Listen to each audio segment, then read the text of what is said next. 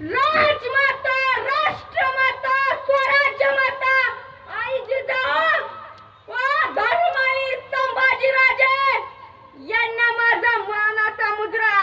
इथे जमलेल्या कामकरांना, काम मधील मावळेकरांना व माझ्या शोभाच्या वाघांना जय जिजाऊ. वाघाच्या जबड्यात घालून हात मोजती जात जात मराठ्याची.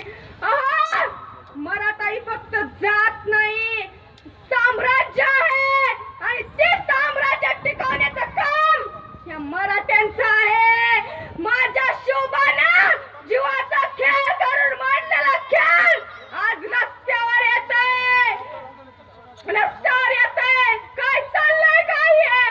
आई जिजाऊच्या आशीर्वादानं, शंभूराजाच्या आत्मबलिदानानं आणि असंख्य मावळ्याच्या पराक्रमानं उभं केलेलं हे आधी राज आहे. एक मराठा लाख मराठा म्हणतात ना, तुम्हाला माहिती का? एक मराठा लाख मराठाचा अर्थ हा एक. आणि तुम्ही लाखो. जर ह्या एक स्वराज्य करू शकतो ना, तर आपण लाखो काय करू शकतात? विचार करा. आज आपल्या हक्कासाठी आपण रस्त्यावर येतोय.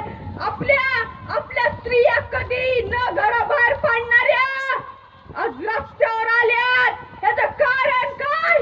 फक्त आणि फक्त आरक्षण. आज आमच्या शिक्षणाची दारे फक्त आणि फक्त आरक्षणामुळे बंद होतात. गुणवत्ता नसेल हमखास दारे बंद करा, पण आरक्षणामुळे आत्ता माघार नाही. आहे आमच्या हक्काचं, नाही कुणाच्या बापाचं. आणि आमच्या हक्काचं म्हणून आम्ही घेणारच. कोपटीत घडलेलं प्रकरण पुन्हा न पुन्हा त्याची पुनरावृत्ती पाथर्डीत होती. काय चाललंय काय या स्वराज्यात खेळ मांडून तुला? अरे अरे त्या कोपटीत घडलेल्या बहिणींचा नुसतं ऐकलं तर डोळ्यात पाणी आणि अंगावर शहारे येतात. जर तुम्ही तुमच्या आई बहिणीची आबरू राखू शकत नसाल ना, काय घडवणार तुम्ही स्वराज्य? काय टिकवणार तुम्ही स्वराज्य? अरे आज तुझे काय हाल केले, तुझे केस उपटले, ओरडायली म्हणून डोळ्यात माती टाक, तोंडात माती टाकली. एवढंच नव्हे तर पोस्टमॉर्टम करताना डॉक्टर रडले. एवढे बेकार हाल केले तुझे, तरी आपण गप. आजही ते बाहेर कुत्र्यासारखे हिंडतात. आज तिचे जे हाल केले तिला न्याय कोणी देणार? आज तिच्यावर झालंय, उद्या माझ्यावर होऊ शकतंय, माझ्या कुठल्याही बहिणीवर होऊ शकतंय. तुम्ही गप्प का?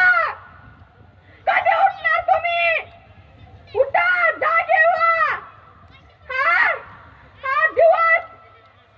हा दिवस आपल्यावर आलाय. याचं कारण फक्त एकच.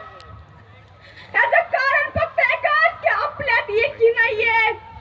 अरे एक सिंह जर रस्त्यानं चालायला त्याला कुणीही गुदमरून मारू शकतंय, पण 10 सिंह जर रस्त्यानं चालायला तर त्यांच्याकडे कोणी वाईट नजरेनं बघू शकत नाही. कोपटीत घडलेल्या त्या बहिणीचे हाल तिच्या आई वडिलांना काय वाटत असेल आज? तिच्या आई वडिलांच्या डोळ्यातून निघलेल्या एक एक अश्रूची शपथ, जोपर्यंत तिला न्याय भेटत नाही तोपर्यंत आता गप्प बसायचं नाही. अरे आम्हाला न्याय तर नाहीच नाही, अरे आम्हाला आरक्षण तर नाहीच नाही, पण आमचा बळीराजा रोज रानात मरतोय. त्याच्या पिकाला भाव सुद्धा नाही.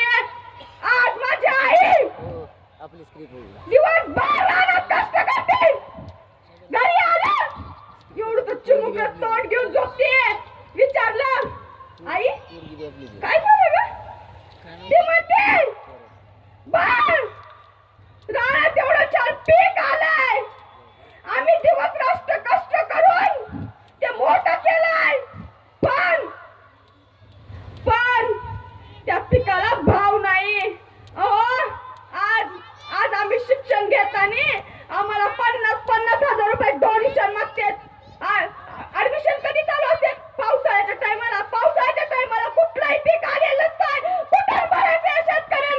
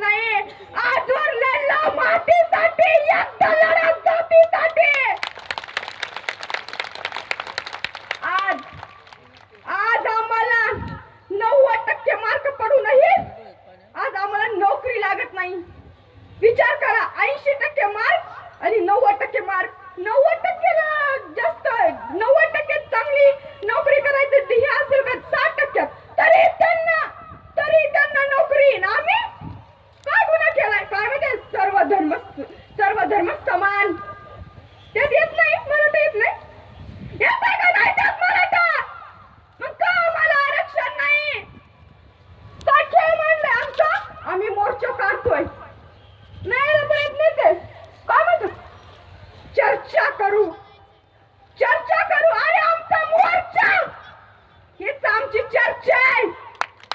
आम्ही तुमच्याकडे नाही, तुम्हाला आमच्याकडे यावं लागणार आहे. बस आता अन्याय बस, न्यायच पाहिजे. अरे मराठ्याचे मनगट म्हणजे तलवारीचे पाता आहे. मराठ्याचं मनगट म्हणजे तलवारीचं पाता आहे. मराठ्याची शक्ती म्हणजे वाघाची छाती आहे. माझे शिवबा म्हणायचे परस्त्री माते समान. अरे त्यांचंच रक्त इथं बसलेला प्रत्येक मराठ्यात आहे. जर आमचे मराठे कुणाकडे वाईट नजरेने बघत नसेल ना, तर आमच्या मुलींवर वाईट नजर टाकणाऱ्यांचे डोळे काढून हातात दिले जातील. आज माझ्याच गावात माझ्याच चुलत्यानं बरपिकात आत्महत्या केली. ती आत्महत्या नसून त्या सरकारने केलेली हत्या होती. आज त्याची 2 वर्षाची मुलगी आहे. कसं जगायचं त्या मुलीनं, कसं आपलं आयुष्य घडवायचंय. अरे त्या कोपाटीतल्या माझ्या बहिणीच्या पाठीमागे आई बाप भाऊ असून तिचे ती हाल केले या बिन बापाच्या पोरीनं. कसं जगायचं या जगात. जरी जगली जरी शिकली तरी ती आज तिच्या पायावर उभा राहू शकत नाही. त्याचं कारण माहिती का, हे आपल्याला आरक्षणाच्या रक्षण बांधलंय ना. मग कधी सुटायचंय हातून तुम्हाला. उठा मराठ्यांनो, जागावा, क्रांती मोर्चाचा जागावा.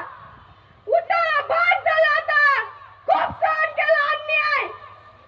अरे आज मी कोंबे पळून कळंबमध्ये शिकायला आले. आज माझे बाबा मला दिवसातून 5 वेळा फोन करतात, कधीच विचारत नाहीत बाळ तू जेवण केलं का. विचारतात बाळ तू कुठे आहेस, काय करतेस, तुला कोण त्रास तर देत नाही. मी म्हणलं बाबा कधी मला असं पण विचारत जा की तू जेवण केलं का. तर माझ्या